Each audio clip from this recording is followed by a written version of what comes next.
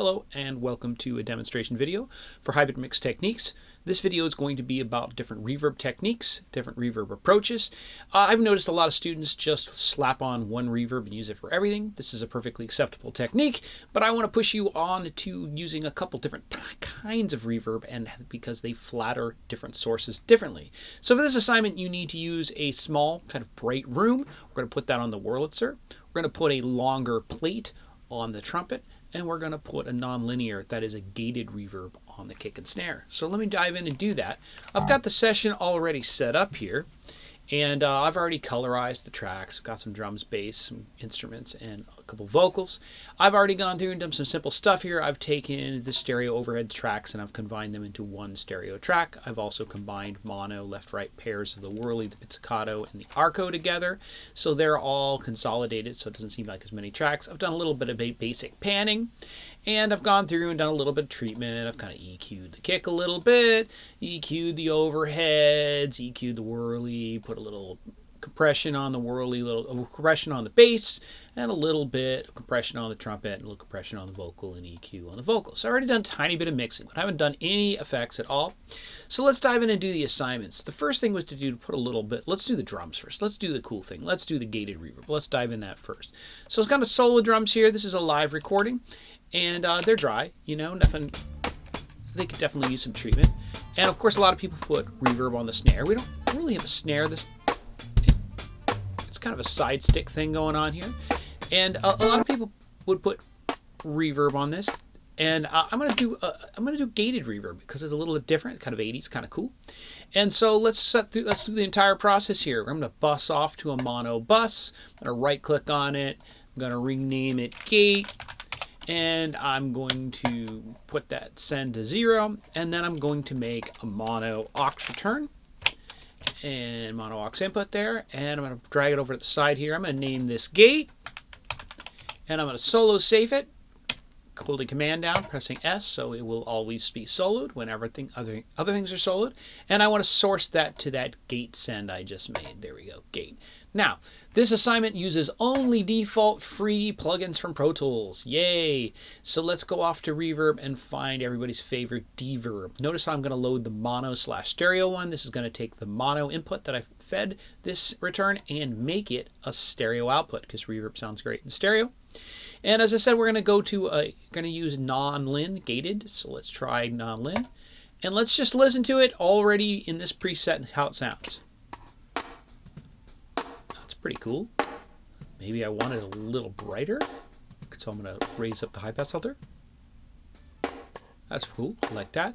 Let's take it out of solo. Let's actually add the other drums to it and see how that sounds.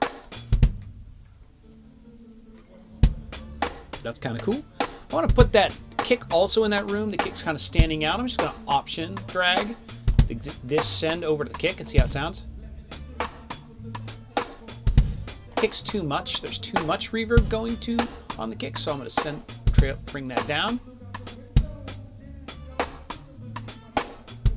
Maybe there's a little too much on the snare as well, so I will bring the send down for the snare. So now I've got a kind of a cool kind of roomy thing. You can play with this some more if you want to see what it sounds like to have a long or a short gated reverb, but I kind of dug the preset just the way it was, so I'm going to go with that, and that kind of strikes off my first effect of the requirement of this mix, which is use a gated reverb. Bring the overheads down a little, maybe bring that hi-hat, maybe pan that hi-hat. As I said, I only did some basic mixing here. Okay, the next assignment was let's put a smaller reverb, a small room, maybe a brighter room on this whirly. Whirly's pretty cool. It's pretty dry though. So we're going to repeat the same process we just did. I'm going to take an aux send and put it on the whirly track. We'll use bus 2 here. And I'll hold option to bring it up to unity gain. And I'm going to right click on that and rename it room.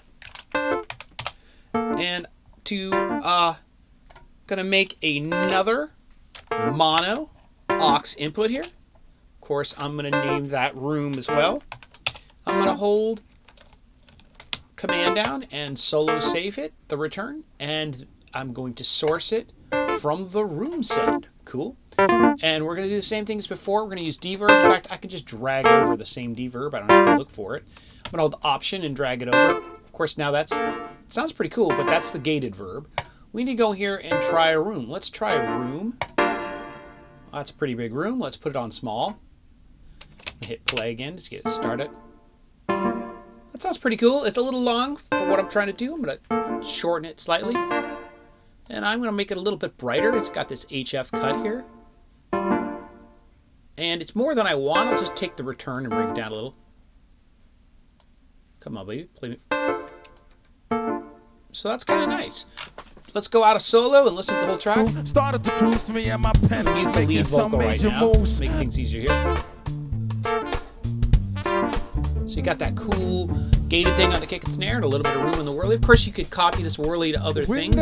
This room sound to other things. Perhaps you want it on the arco strings. That'd be kind of cool. Or maybe on the pit strings. That might be better. But because the pizzicato strings kind of double the whirly a lot. Now this trumpet, let's go for something a lot different. Let's go for a plate. Let's go for a longer plate. Maybe a bright plate or something. And again, I'm going to do the same exact process. I'm going to make a mono aux send. Bus 3, here we go. And I'm going to rename that guy plate. Nice long shimmery plate. What we're going to do, I'll hold Option down and set this aux send to unity. And I'm going to now create another reverb. In fact, I can just duplicate. Option Shift D here duplicates this aux return that I just created a moment ago. Saves my clicks down a little bit, makes it a little bit easier for me. I'm going to double click and name this one plate. And because I duplicated it, it has the same input, we need to now source it to plate. It's already been solo saved. We already have the right reverb, but not the right patch. Lots of choices here. Let's try plate. And actually, I'm going to default the patch and bring up plate, and let's hear what it sounds like. You can hear how the reverb's quite a bit longer. And I like this because we have short reverbs already going with the other instruments, so this long one will really make the trumpet sticks out. So let's listen to that.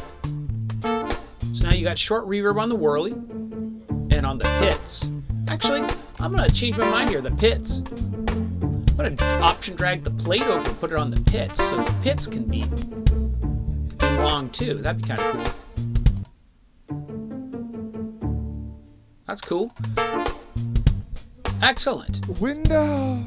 So there was the background vocal there.